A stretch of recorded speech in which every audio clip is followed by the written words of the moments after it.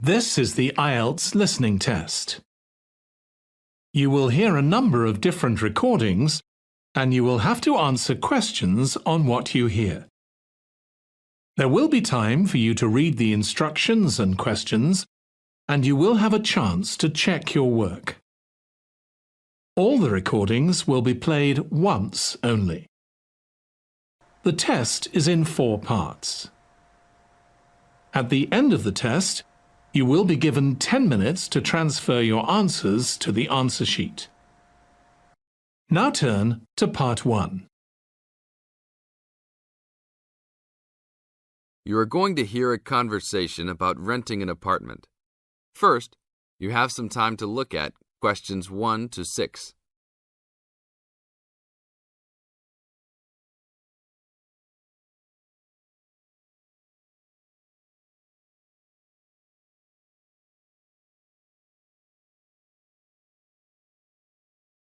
Before we start the test, look at the example of your question booklet and listen to the tape.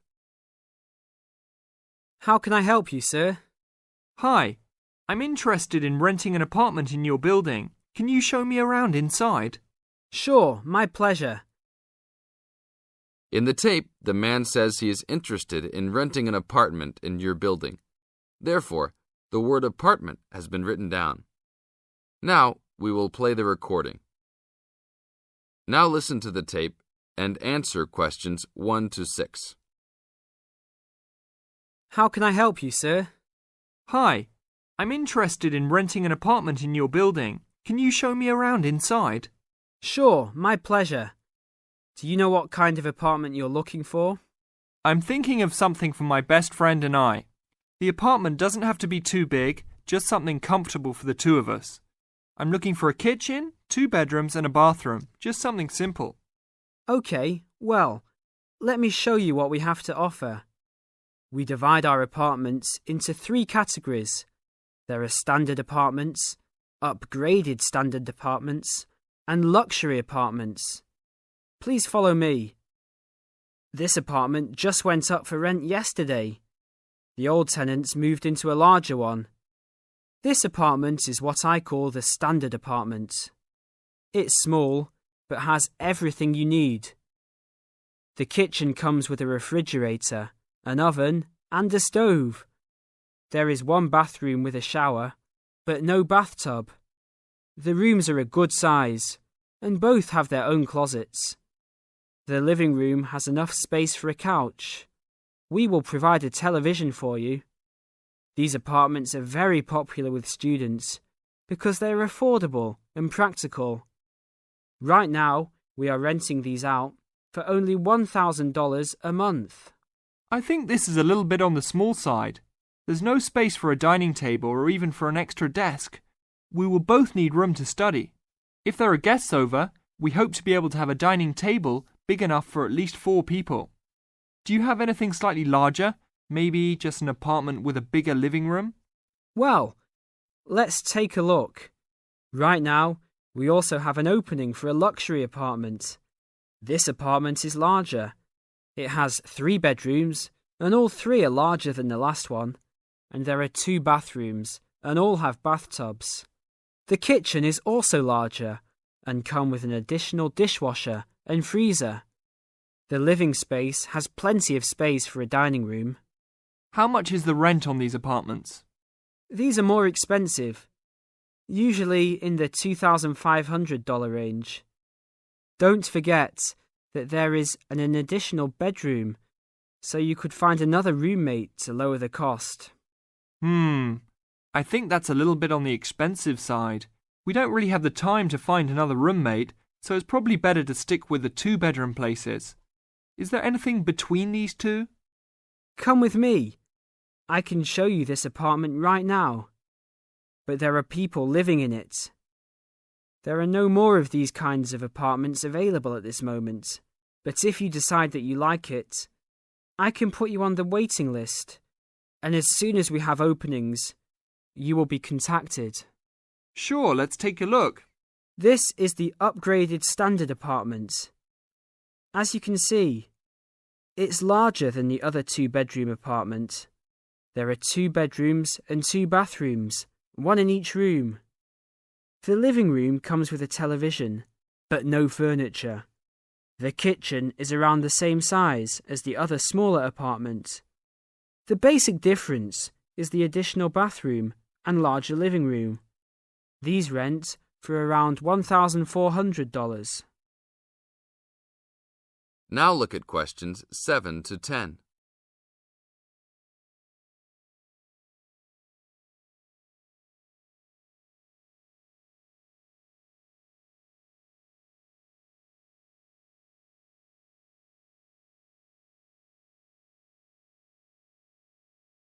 Now listen to the tape and answer questions 7 to 10. Seems like a good deal. Do you know when an apartment like this will be available? That's hard to say. I know these people who live here right now should be graduating soon, so they might be moving out. Well, I guess I'll put my name on the waiting list. Hopefully there'll be an opening as soon as possible. That sounds like a good plan. I will notify you as soon as we have vacancies. You will have to leave us some information and a student identification number. Sure, no problem. My full name is Robert Jack Browning. Could I have your age, please? I'm 38. Your major? I'm studying biology. How about naming some of your hobbies? Fishing, golf, watching movies, and spending time with my family. Sounds like a good life. What is the price range of the apartment you are looking for? Somewhere between $1,000 to $1,500. Your student identification number, please? QS 45890. Could you repeat that? QS 45890. Lastly, could you leave us a phone number? Okay, it's area code 236 580 2287. Thank you very much. I will give you a call as soon as possible. That is the end of part 1. You now have 30 seconds to check your answers.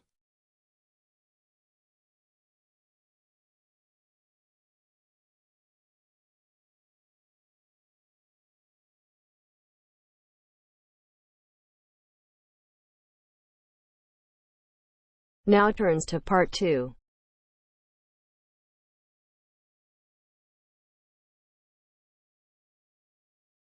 Listen to the guided tour commentary and answer questions 11 to 20. You now have some time to read questions 11 to 20 first.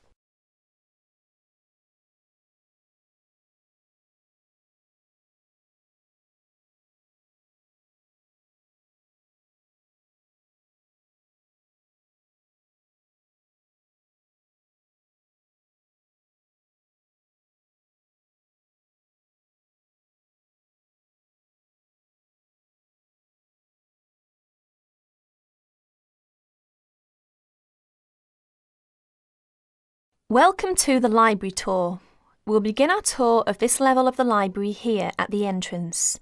Then we'll go in a clockwise direction. So, first of all, over here on the left, next to the entrance, is a touchscreen information service.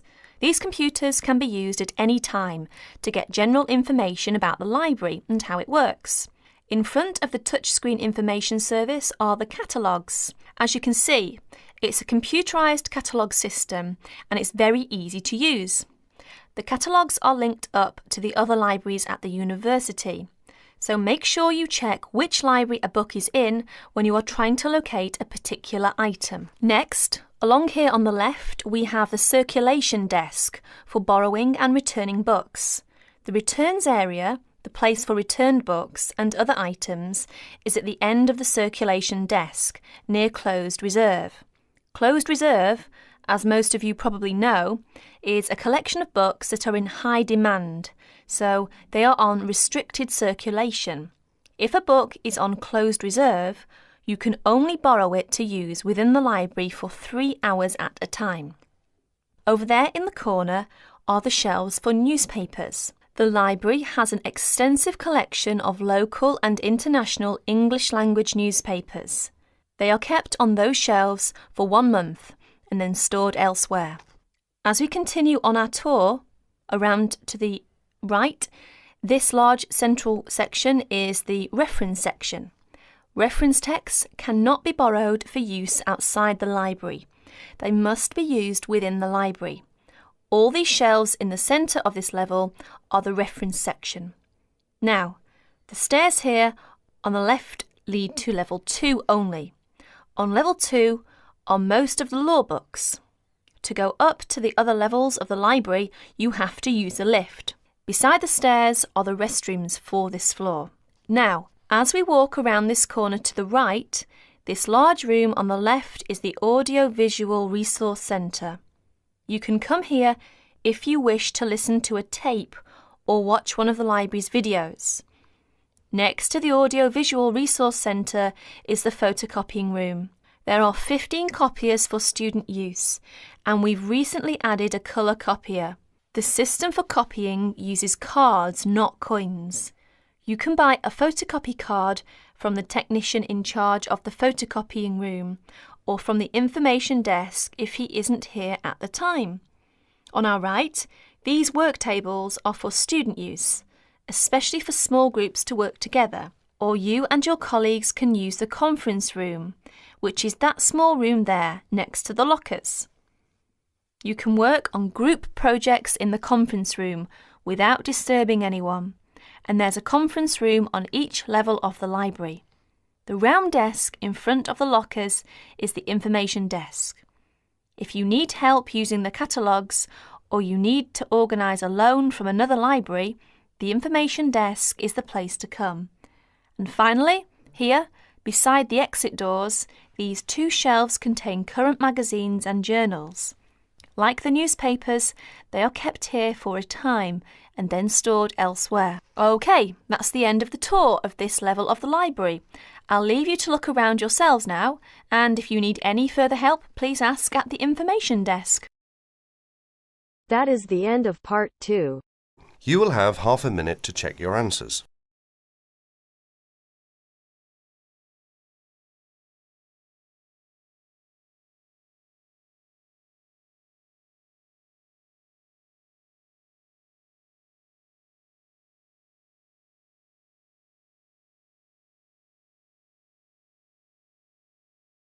Now turns to part 3.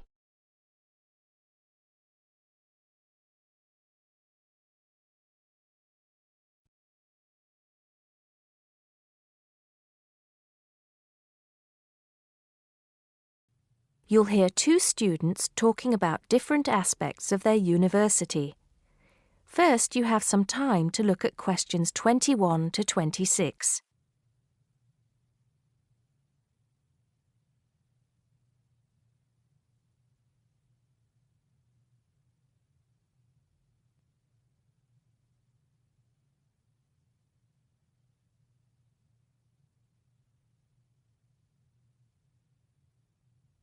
Now listen carefully and answer questions 21 to 26. Great party last night. You should have come. But anyway, so what have we got to do here? We're supposed to fill this form in by ourselves, but I'm sure it's okay if we chat about it first, don't you think? Yeah, sure. So, there are 10 questions and we've got to tick numbers 1 to 5 for each question. 5 means really good. 1 is bad. Question number 1. Was the course well organized? We'll give that a 5, agree? Yep.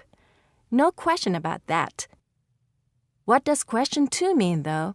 Was the teacher flexible? Is it good to be flexible? Well, that means, was the teacher very strict? Or maybe she gave you more time to complete your assignment. Things like that.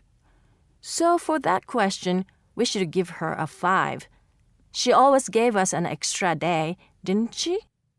And she wanted to know our opinions on things. We had great discussions. Fair enough. What about this one? Was the teacher friendly and encouraging? I'm not sure about that. She was friendly to some students, but I think she had a problem with Mike and Alex, who were usually late.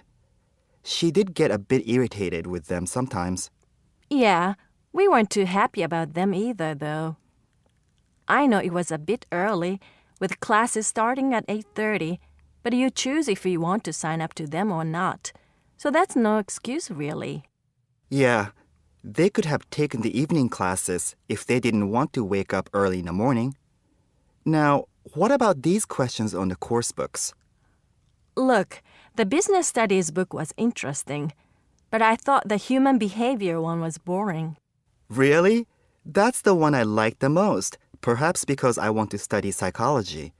You want to become master of the universe, managing a huge multinational company, don't you? There's nothing wrong with being ambitious, you know? The best laid plans of mice and men. What's that? Some sort of quote? Stop being so literary. Let's get on with question 5. Did you find the campus library a useful resource?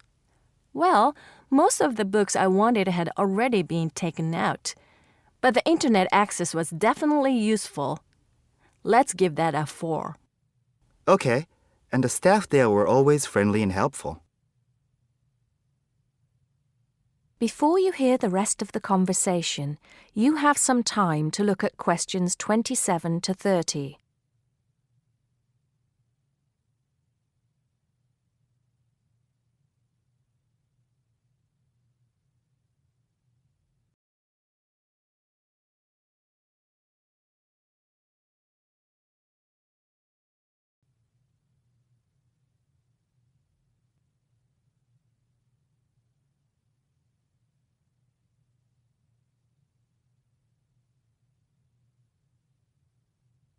Now listen and answer questions 27 to 30. Now, what's this? You know, they keep going on at us about how we don't use the off-campus library enough. I suppose this question is to test if we know where things are there. So here's a plan of the library. You use it more than me. I've only been there once, actually. You tell me. Right.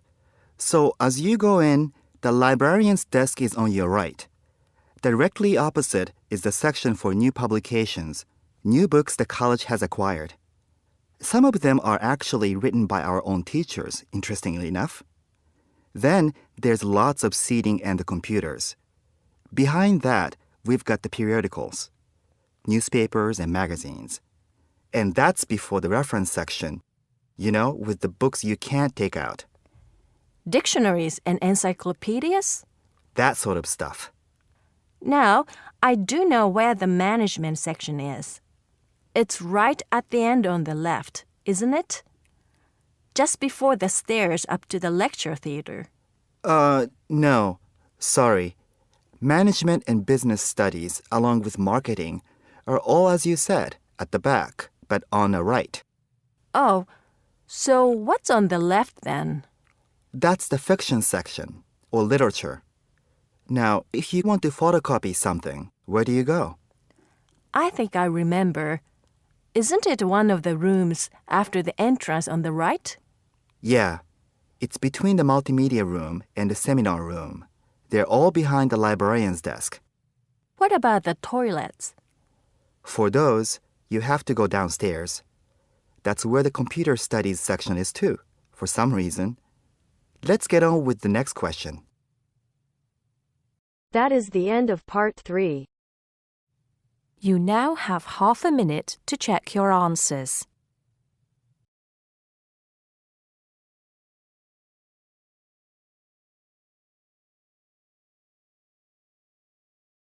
Now turns to part 4.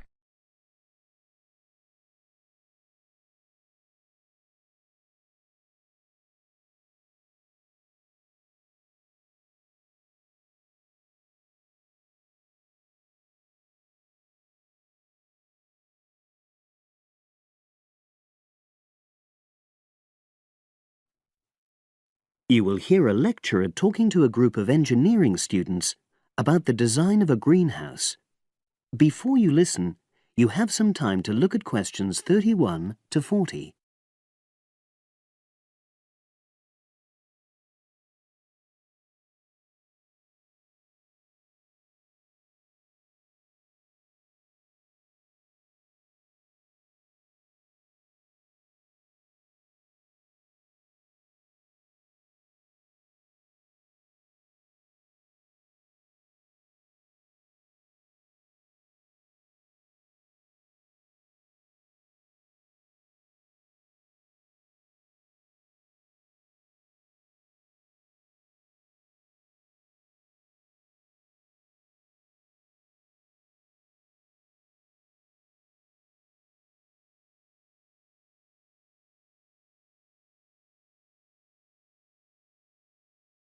Now listen and answer questions 31 to 40. Good afternoon. This is the first of a series of lectures I'll be giving about engineering for sustainable development. I'll be presenting examples of engineering projects from a variety of contexts, and today I'm going to talk about a project to design a new kind of greenhouse for use in the Himalayan mountain regions. First of all, I'll tell you about the problem which was the context for this project.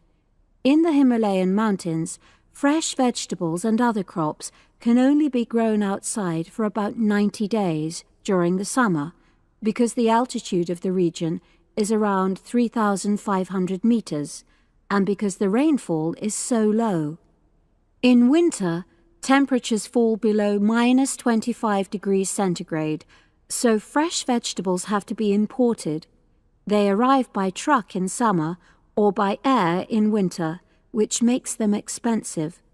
Local people rely on dried leafy vegetables and stored root crops during the winter, and rarely eat fresh vegetables. But despite the sub-zero temperatures, the skies over the region are cloudless, and there are over 300 sunny days per year. So, an engineering solution was needed to exploit the sun's energy and protect locally produced plants from freezing during winter. And in fact, there had been programs in the past to provide greenhouses, but these were unsuccessful. The greenhouses weren't adapted for local conditions, so they tended to fall into disuse. So, a few years ago, a project was initiated to design a better greenhouse, one which would meet the criteria for sustainability.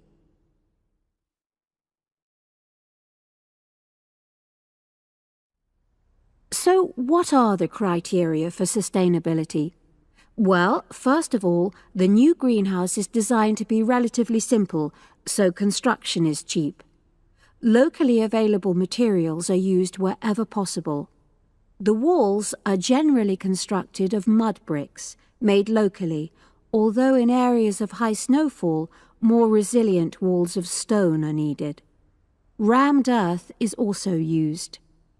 The main roof is generally made from locally available poplar wood, with water-resistant local grass for the covering. In addition, the construction and maintenance of the greenhouse is done by local craftsmen, so local stonemasons are employed to build the greenhouse walls, and specialized training is provided for them wherever necessary. Then, the greenhouse is designed to run on solar power alone. There's no supplementary heating. And lastly, families are selected to own one of the new greenhouses with great care. They have to have a site which is suitable for constructing it on.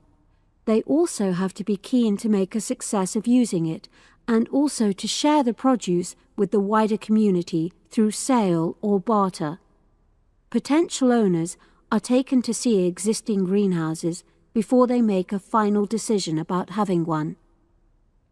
So, those are the features which make the project sustainable.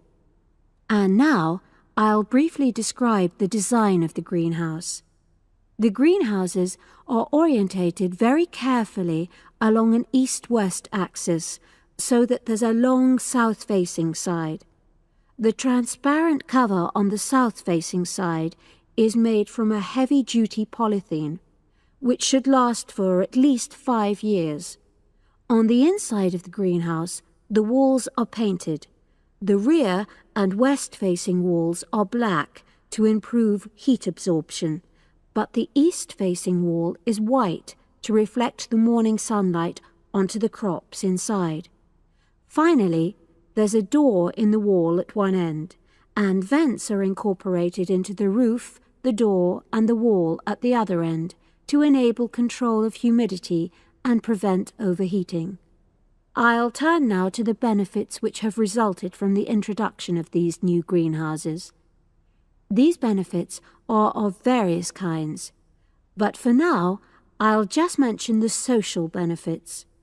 First of all, People who own a greenhouse gain social standing in their communities because they provide vegetables for the wider community, for regular consumption as well as for festivals, and they also earn income. Secondly, because in rural areas it is women who usually grow the food, the greenhouses have increased their opportunities. They bring the benefits of improved nutrition and increased family income from the sale of surplus produce. And thirdly, as a result of their improved financial position, some families can now afford to educate their children for the first time. That is the end of part 4. You now have half a minute to check your answers.